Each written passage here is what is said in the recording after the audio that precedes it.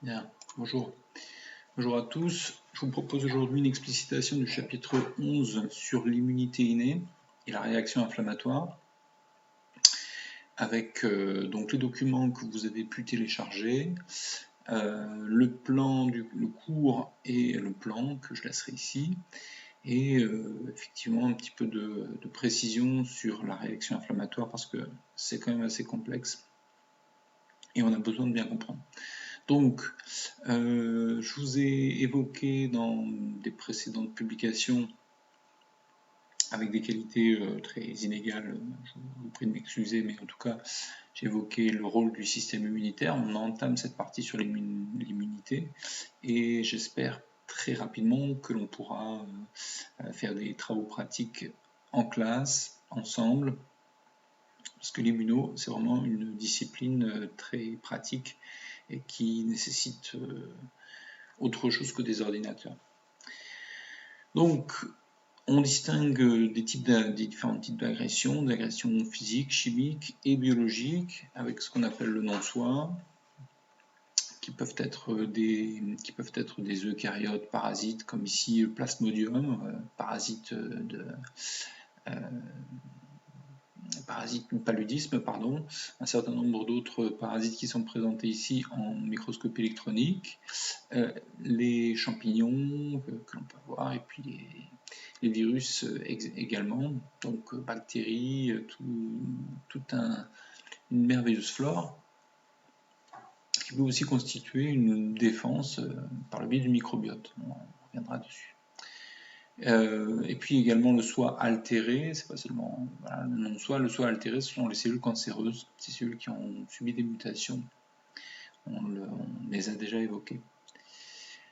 Les réactions immunitaires, elles sont de deux types, l'immunité innée et puis l'immunité adaptative qui sera l'objet du chapitre 12 suivant. Donc l'immunité innée, c'est évidemment les barrières naturelles.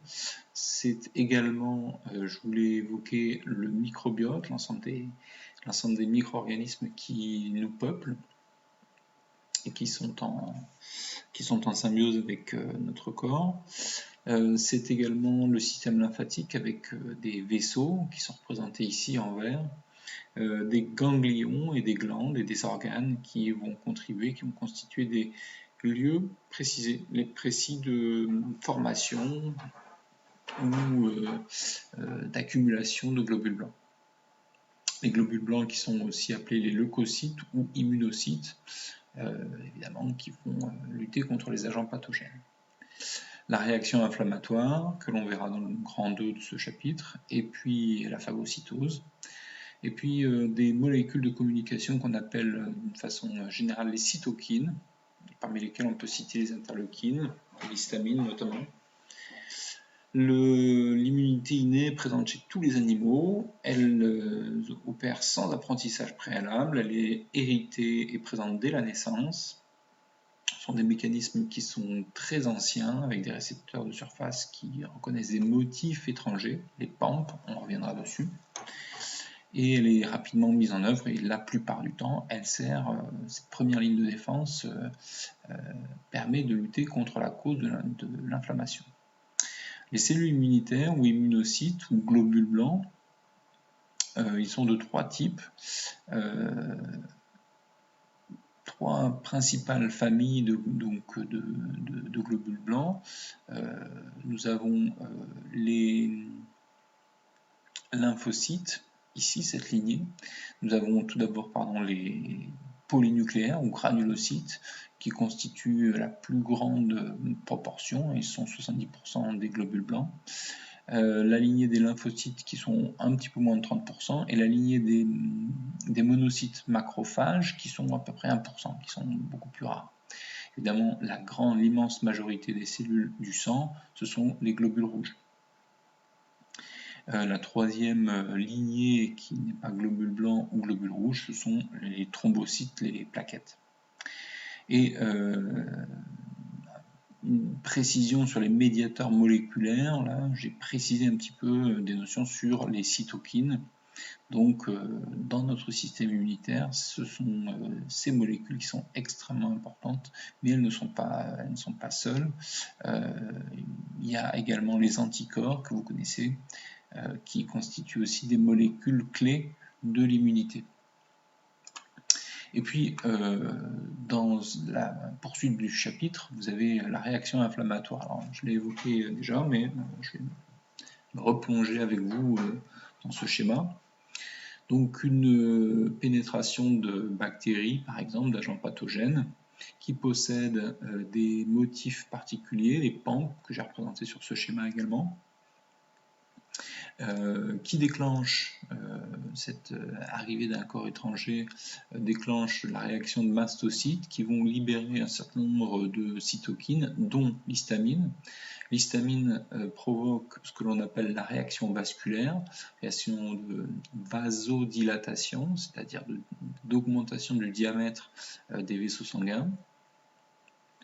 La dégranulation des basophiles, l'influence du monoxyde d'azote, on ne va pas s'apesantir dessus. Ce que vous devez retenir, c'est donc une vasodilatation qui provoque cette rougeur à proximité du site de l'infection. Ensuite, on a des cytokines type interleukine qui sont également sécrétées, qui vont augmenter finalement la vasodilatation et provoquer une fuite du plasma. Et donc, le deuxième paramètre, c'est cette tumore, ici en latin, qui est l'œdème. Enfin, à la faveur de cette vasodilatation et de molécules chimiques qui sont envoyées à partir de ce site de l'infection, des globules blancs, principalement des polynucléaires, des granulocytes, eh bien, traversent la paroi, c'est ce qu'on appelle la diapédèse. Alors, ça se fait par différentes étapes. Cette diapédèse va permettre le passage des globules blancs qui vont réaliser la phagocytose parce qu'ils reconnaissent des motifs étrangers, les PAMP, avec leur récepteur PRR qui leur permet de reconnaître ces motifs étrangers, globalement étrangers. Donc il y a une certaine spécificité. Cette spécificité peut suffire à éliminer la cause de l'inflammation. Si les globules blancs, les polynucléaires sont un petit peu débordés, on fait appel aux monocytes macrophages qui vont arriver sur le site de l'infection, qui vont commencer à réaliser la phagocytose, donc à partir de cette qui réalise la phagocytose, donc à partir grâce à leur récepteur également. Ces macrophages, ces monocytes vont digérer ces bactéries, sélectionner et apprêter sur des molécules membranaires qu'on appelle les molécules du CMH2, vont présenter des morceaux et ces morceaux vont être ensuite reconnus, disons, par des lymphocytes et les lymphocytes constitueront la deuxième ligne de défense, l'immunité adaptative qui est plus spécifique et plus performante et qui permettra d'éliminer à coup sûr la cause de l'infection. Donc cette notion de CPA, on reviendra dessus très, très prochainement dans le chapitre 12.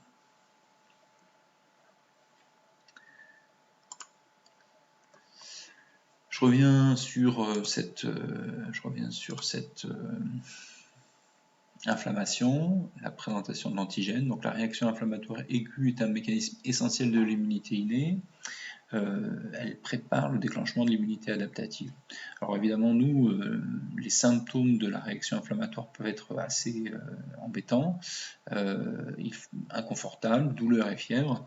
Et donc, parce qu'effectivement, je n'ai pas évoqué les deux autres symptômes qui sont liés à la réaction cellulaire, c'est-à-dire à la migration des globules blancs, qui sont la chaleur, la fièvre et la douleur à cause de médiateurs chimiques de cytokines qu'on appelle les prostaglandines. Quand on a des prostaglandines, on a les glandes, ça fait mal.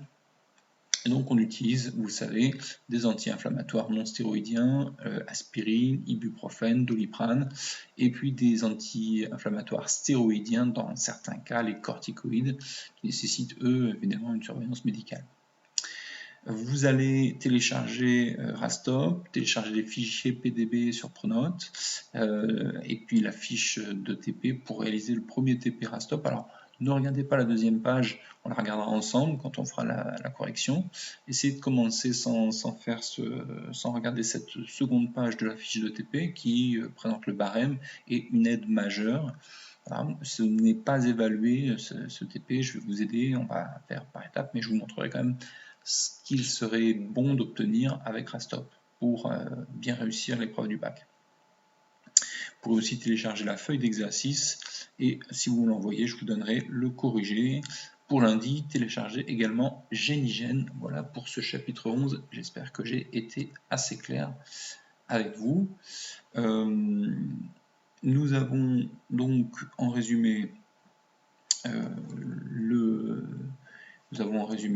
donc sur les deux parties qui sont ici, et puis la réaction inflammatoire et la reconnaissance du pathogène. Donc ici, une vision de l'immunité innée, la première étape donc de notre réaction immunitaire. Je vous remercie. Vous pouvez envoyer vos documents, s'il vous plaît, en PDF, et s'il vous plaît, ça c'est important, mettez dans le titre de vos PDF les noms, vos noms, parce que j'ai beaucoup de exo.pdf, exo.svt.pdf, j'ai pas mal de classes, donc vivement qu'on se retrouve en classe. Je vous remercie de votre attention, prenez soin de vous et de vos proches, à très bientôt.